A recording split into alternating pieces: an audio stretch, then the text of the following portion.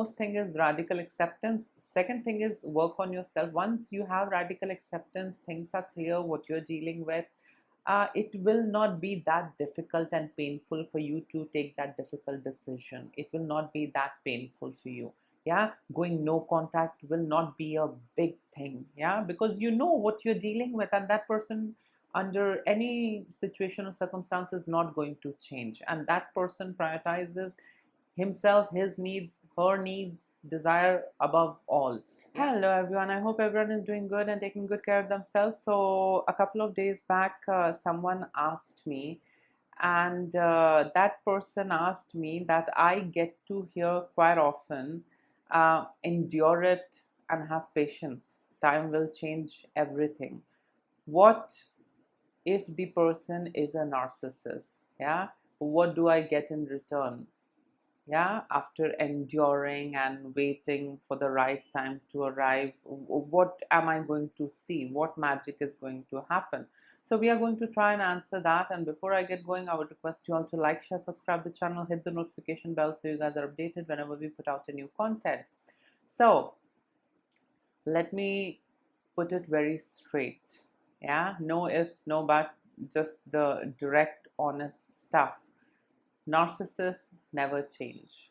Yeah, their action behavior might become a little coverted, but do they really feel what you're going through? The answer is no. And because of that, they just don't care as to what you feel, what you go through, or what you're thinking about them. That is none of their concern. Narcissists have this strong sense of entitlement, so they think and believe that they know it all, they deserve that special treatment, and they can get away with any crap that they do with the victim or with you and me. So because of that entitlement, because of lack of empathy and inability to self-reflect, narcissists really don't regret, apologize, or express remorse for their bad behavior. They think they are perfect, they have reached the epitome of perfection, and end of story. Yeah. So in a narcissistic relationship, you or the victim is someone who has to give, provide, and do the bidding. The narcissist is the one who keeps taking. The narcissist is the one who keeps laying out new rules and regulations. The narcissist is basically the leader, yeah, the ringleader, or you can say the circus master. Yeah. So this is how narcissistic relationships are. We know that in a narcissistic relationship, we get to see 90% abuse. 8 to 5% of good stuff you can see somewhat, which is of a superficial nature, but majority things in a narcissistic relationship are abusive, toxic. It's all manipulation, gaslighting, triangulation, silent treatment, passive aggressive behavior, comparison, withholding of love and affection. I mean, where do you get to experience good? The good is there, though it's very less, but the good is maybe a flattery, compliment, validating you on and off, throwing tiny bit of crumbs at you, I mean at the victim, and the victims misunderstand those crumbs for love and affection. That's it. That is how these narcissistic dynamic and narcissistic relationships are. So what happens, what magic happens if the victims endure everything, if the victims are patient and they, wait for the time, the right time to arrive, and things are going to change?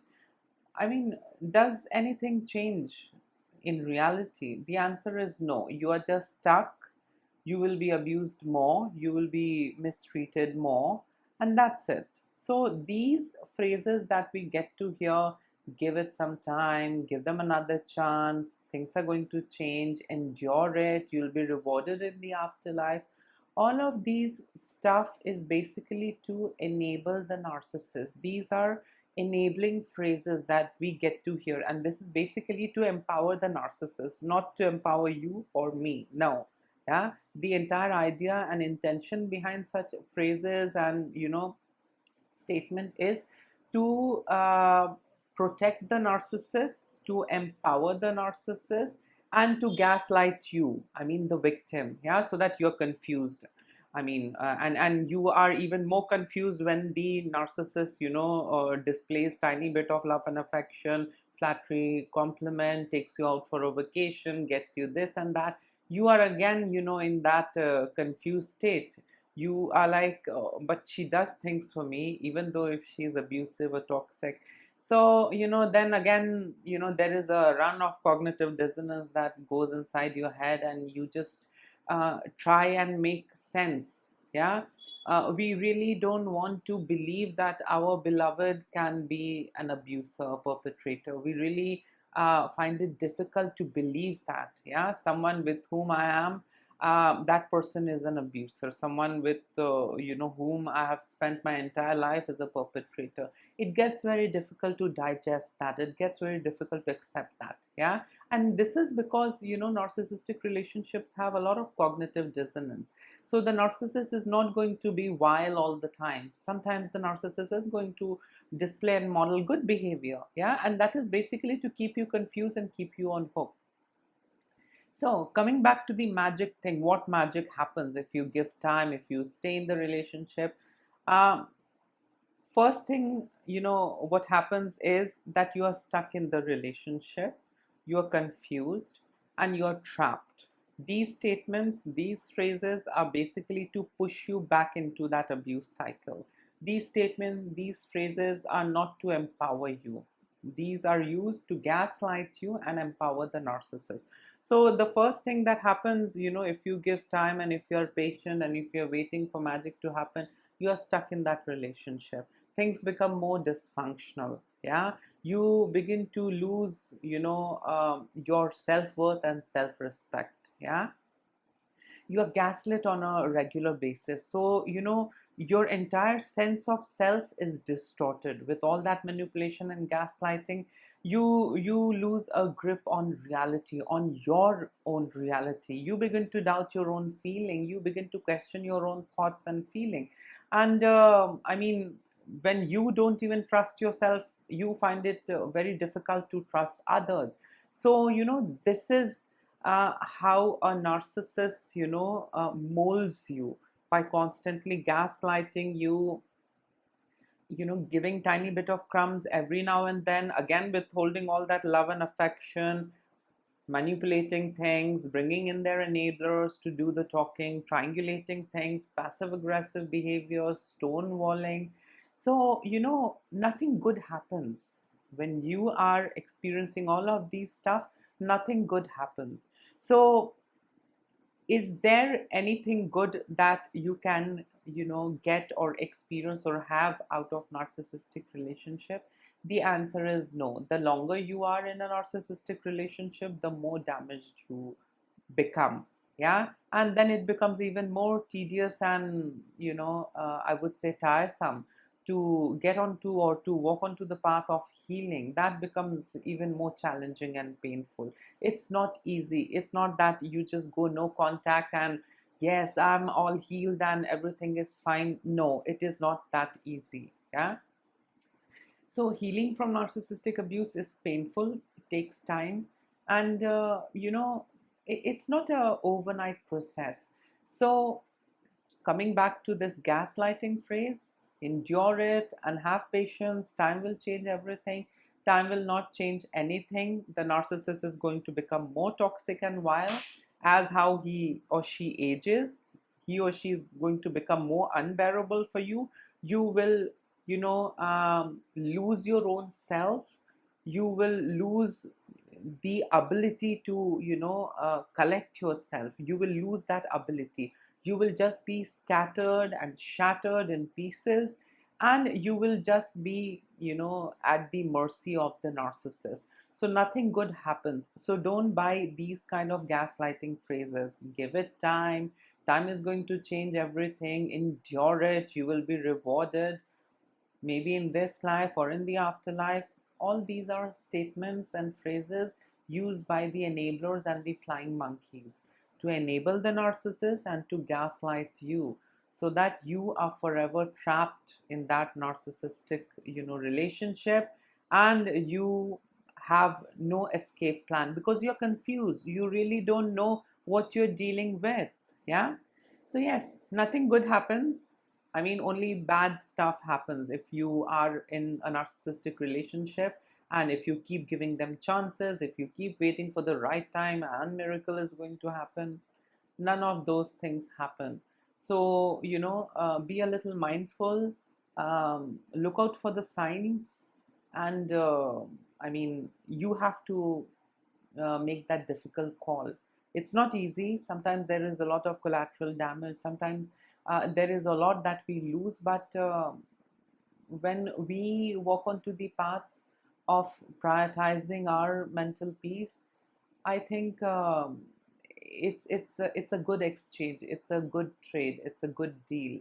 So it's absolutely okay to lose maybe a car or house, money, clothes. It's absolutely okay to lose that if your priority is mental peace. And trust me, once you have mental peace and stability, you can again restart and make things from scratch. Yeah. So it's a good deal. I mean, like if mental peace is your priority, it's always good and it's always advised to let go of the narcissistic relationship, work on yourself, heal yourself, and make things again. It's not that difficult. I have started from scratch twice in life. Once I was, I mean, or you can say the time when I came out of my toxic family, narcissistic family.